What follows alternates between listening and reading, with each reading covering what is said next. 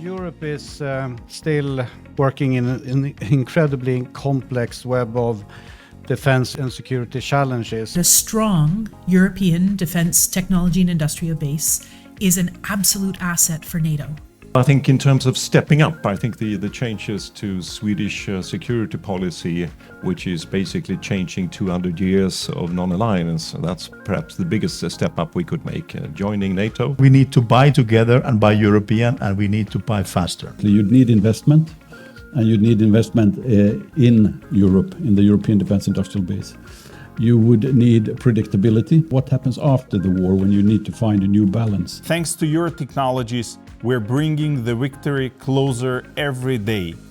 Thanks to our warriors, the entire world knows about your technologies. That's why it is critically important for us to boost cooperation with the European defense industry. We have to see together what has changed. What we proposed was in the peacetime.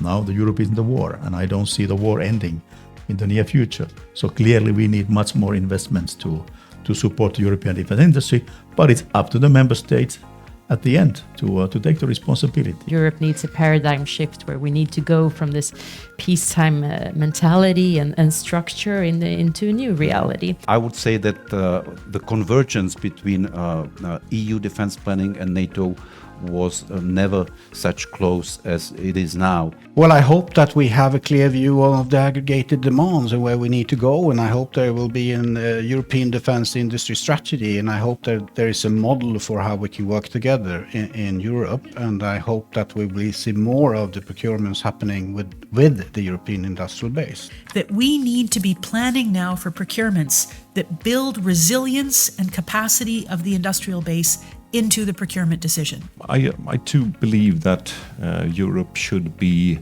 better at making sure that we have the security of supplies, that we can provide more of our own industrial base to meet our needs. That should be a long-term strategy.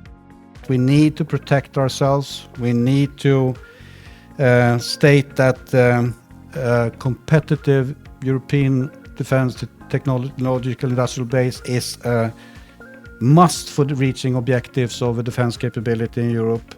And I hope it will be concrete and ambitious going forward, and that it will lead to the next step in terms of initiatives, what we call EDIP.